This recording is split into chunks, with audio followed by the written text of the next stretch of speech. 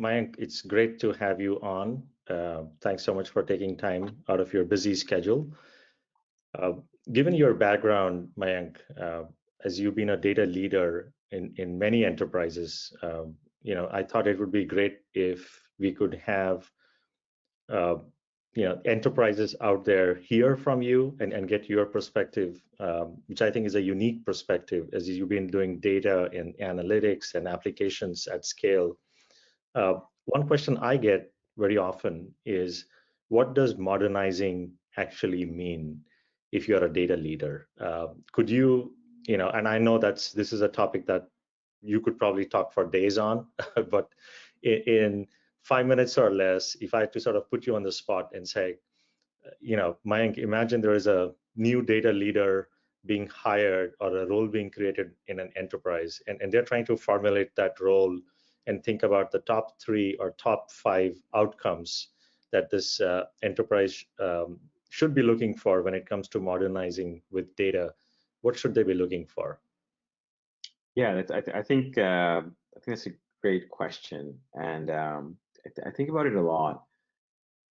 It's important for companies to understand why they want to modernize. You don't want to do anything just for the sake of doing it, typically. Right. And in the recent times, right, like data is becoming, uh, um, it has become for some time now, an incredible asset, right? Whether it's a realized asset or a potential asset, or somewhere along in that continuum, for most companies, leveraging data as an asset is an imperative. But data does more than just grow your business. It operates your business. It is your gestalt, right? It is what has happened and how things occurred and their outcomes. And that's the information, that's the knowledge, the insight, the wisdom that you want to extract from it, Mm-hmm. as well as using it to operate efficiently, right? So I think of modernizing IT in really 4 ways, four key ways, right? One is changing your stance. Technology opportunities, the world in general is cycling much faster, right? We're evolving and changing at a far more rapid pace, where a 5, 7, even 3-year outlook, it's important, but it's not adequate to move at the speed that companies need to adapt at, to evolve at, right? So one reason to modernize is to change your stance, and to support that, you need to create talent that is, or enable your talent, your resources to be constantly learning, understanding technology, understanding business imperatives, your business landscape. In some ways, your business and technology people merge and morph. So IT virtually gets larger, right? IT, core IT, standard IT are much more enablers than they are quote unquote doers, because you're enabling the business themselves to build and define the systems on the fly, right? Operationally, you have to get transparency and margins for efficiency, right? The cycle of human history has been that things get cheaper over time, including commodities, right? We become more and more efficient, and um, in my sort of narrow lens that I of experience, I've seen that business processes that the way business happens, the way business is conducted, whether you call it digitization or modernization, you need to be able to create efficiencies. And a great way of doing that, or an imperative way of doing that, is data. And for data to enable that, to be a part of that journey, data has to happen more transparently. It has to happen more scalably. It has to happen more elastically. And typical cycles of 3, 6, 18-month deliveries have to be down to days and weeks. So months and years are not adequate, right? Technology continues to change, and really it's less that technology changes, it's the shared understanding and of patterns and architectures that changes. So falling from number one, the stance is critical, that to operate to be able to change well, to be able to operate fast, you have to be able to essentially go into a frame that allows you to pivot very rapidly, right? Mhm. Scale in, scale out, add functionality. I also think that we can't ignore legacy, right? It's if I make, you know, a quarter or half or three quarters of my revenue from my legacy businesses or legacy constructs, they're not bad, right? Right. And for us to invest in them is important, but you can do it in a different way. You have to Mhm. get transparency. You have to modularize them. You have to be able to make them scalable and stabler. We're getting to a point where I worry a lot about key person risks, right? Where Right. knowledge is locked in heads. So a big part of modernizing to me is creating hyper transparency. Mhm. Um, and then the final one is somewhat circular to the stance, which is this virtual expansion of technology, right? I'll just give an example. I used to consider myself a computer geek when I was in high school and even grade school. Mhm. What my daughter does with her phones and her devices and so on is well beyond anything I did at that time. So Right. our users are more like us than we think. Technology's ubiquity is not technology is hidden, but technology has been commonized, right? And so Right. that democratization of data, that democratization of crowdsourcing your IT, your technology, your business workflows and processes, that we have to embrace and enable, right? Like if we don't do that, we're going to get sliced to death because we're not going to be fast enough. We're stronger evolving as an entire company than as a department supporting the entire company. Right. Right. Um, that was well put, Mayank. As you think about cloud, Mayank, I heard an interesting stat from Andy Jassy at AWS where he talks about how 4% of IT has moved to cloud. Only 4%, meaning mainstream companies, enterprises are still mostly, in that evolution or the journey from moving from on-prem to the cloud as the next platform. As you looked at this journey, what do you think these mainstream enterprises should be thinking of? What challenges do you think they should be aware of as they're embarking on that journey? Any points of advice? Yeah, and I'll just speak from personal experience, right? To a large extent, I think it's to a large it revolves around a few things, right? At the center, all of them are people. My this is my opinion, right? I think people are unaware of the power and the benefits. It's something new. So a big challenge for us has been to to give that knowledge, that experience, even if through training Mhm. or examples to folks, to get them excited to start the learning journey and then to grow and evolve their skills where they can still apply their experience and their domain expertise and their company or application specific expertise to do more and better, right? And so Right. the the ability for a company to bring its people along and make it a bottom up thing rather than exclusively a top down thing, I think is one of the biggest challenges, right? Right. Same similar to the point before, you can't do it alone. So a management team saying, hey, we shall be on the cloud isn't adequate if your people don't buy into it. And you have to give them the encouragement, the grace, the room to pick up those skills. Towards that, like our partnership with yourselves has been an accelerant in that, right? We have been able to partner with folks who have done it, seen it, do it, right, as a day-to-day thing, to actually get ourselves accelerated and really not even ourselves, but our people accelerated in their learning and in their experience building. So that's an important challenge. I And think. sorry, keep going, Go Mayank. ahead, please. No, I was going to say, what was the biggest surprise for you, Mayank, as you were thinking about the journey to cloud, where you thought things are harder than expected? Yeah, I think it actually comes down to distances, right? Yeah. People not starting to think around how to apply the capabilities to their needs, but to actually Mhm. fit the cloud capabilities to the way they've done it before, Right. right? So that lift and shift, while impressive in its results to move to the cloud, the true power lies in renovating your business processes, or rather your Yeah. technology processes and technology architecture, right? So that was our biggest journey, because what I observed more and more as we did things and we experimented with things, people were trying to recreate the application, Right. not the outcome, but the current way of doing things. Right.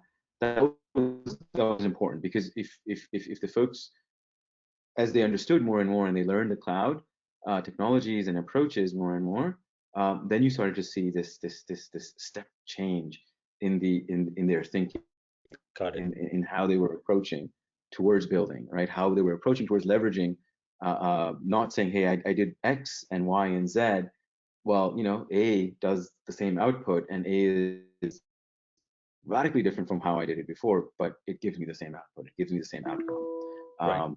And I think that's a big challenge. That's if we don't do that, then we've only taken advantage of a very small sliver of the power of the cloud. Got it. Got it. Thanks. So I think your summary was business process has to be adapt essentially to uh, make the most of these cloud capabilities, and it's not just about lifting and shifting. That doesn't That's always right. work. Yeah, And to enable that, you have to enable your talent to learn and grow, right? that's right. You almost have to allow them to train themselves with different examples. We did one exercise, and it's been a while for us to start to make this journey, right? Since we started making this journey, we did an exercise with our folks where we had them work on a completely different, or a completely formed up team on a completely different problem than their day to day, Hmm. right? And that allowed them to learn the capabilities and the technologies better, because they were freed from the Right. from the Constraints. self-imposed sort of self approaches and so on. They had more freedom to think, Right. and thus they had a better learning outcomes and better outcomes in general. That's very instructive. Thank you. My last question, Mayank, is on the topic of cloud data lakes. So we've all heard about, data warehouses and data lakes, and there's different labels. But in particular, there's a lot of promise now in these enterprises that are moving to the cloud, and they're looking at the cloud data lakes as a platform for analytics.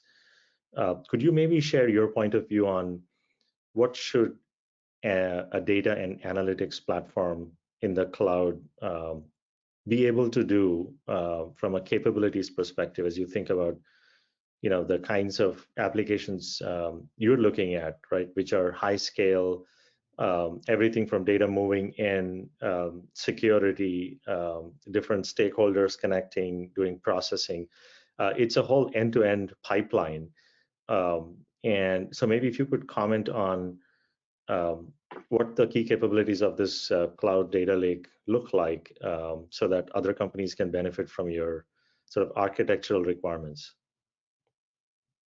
Yeah, no, absolutely. I think, and I'll start sort of outside in, right? Most of our IT environments today are accessed via the browser. So from an experiential perspective, it's not as heavy a jump for our IT folks and/or our business users and/or our clients to make the flip, right? Right. So then it comes down to confidence, right? And outside in, I think it was very important for us to establish uh, the if you think of the cloud as sort of this constructed piece and part of the landscape, right? Almost a campus. You had to get the outside security and framing and boundaries well set. And a lot of people, especially, in terms of experimentation, they ignore that. A modern enterprise has tremendous controls and a tremendous effort to secure and to stabilize the environment, right? And so it's invisible, but when it doesn't work, or if it doesn't work well, it's highly visible, right? And Right. that quote unquote this work has to be done, and its importance cannot be underemphasized, because if Mhm. you do that, then a lot of the other concerns fall off. Your security folks feel comfortable, your infrastructure folks feel comfortable, your business users are able to access it with more confidence, right? From a data lake or data in the cloud perspective itself, I think a lot of the mistakes that on-premises data lakes made are the ones that you want to be cognizant of. So you need a Mhm. good, clean ingestion framework, right? Not Mhm. everything is event, not everything is a stream, albeit you have to support those, right? But data is Mhm. going to come fast and slow. It's going to come through various channels. It's going to come from various endpoints and sources. It is going to come with contractual obligations, and all of that has to be managed in your ingestion, right? And so we think of our raw zone as being very, very crucial. And overlaying that are control frameworks of knowing what happens when, and being Mhm. able to operate that, and knowing what the outcomes are, like what data, what raw files are available, and crowdsourcing, baselining and crowdsourcing how and what those data sets are, right? So Right. that you're not creating this giant. I think of I'm an old guy, right? So the Indiana Jones movie where the Ark is hidden away and it's safe because it's in some government warehouse that's so massive that you'll never find it, right? Right. Um, I think of data that way, and you can't have that. You have to be able to index and sort of even from a user perspective, make that clear and transparent. Um, the other aspect of it is, and this is the journey that we are on at the moment, is how do you build your processing pipelines? And Mhm. how do you build your processing pipeline framework, really, or frameworks, whatever you will require? I think we'll require several, or we're still in the starts of this. Um, and do so in a way where it's not that you're building the pipelines, you're enabling others to build pipelines well and stably and sustainably, right? Right. And that's a part of the power, because now you've got this data. How do you use it? You don't want an IT function necessarily to have build all of that. We're going to enable our users to build it, but do so with transparency so that we can we can get reuse, and we can get optimization, right? We can apply our skills as technologists and architects to say, hey, yes, we understand functionally what you're trying to do. Now let's just recast that in a mechanism that is more efficient, that is more cost effective, etc. Right? Yeah. Secure, Yeah. safe, stable. And then finally, we think of it as a model where we create a I think like a writers area, right? So you have writers, Mhm. artist colony. Yeah. So you have various sandboxes and citizen developers that have some freedom to create and craft and build, but then you have a well-sustained, controlled framework to deliver that and apply that to your production pipelines, right? Right. Whether it be e-commerce site or your insights machines, your engagement engines, whatever it might, your workflows.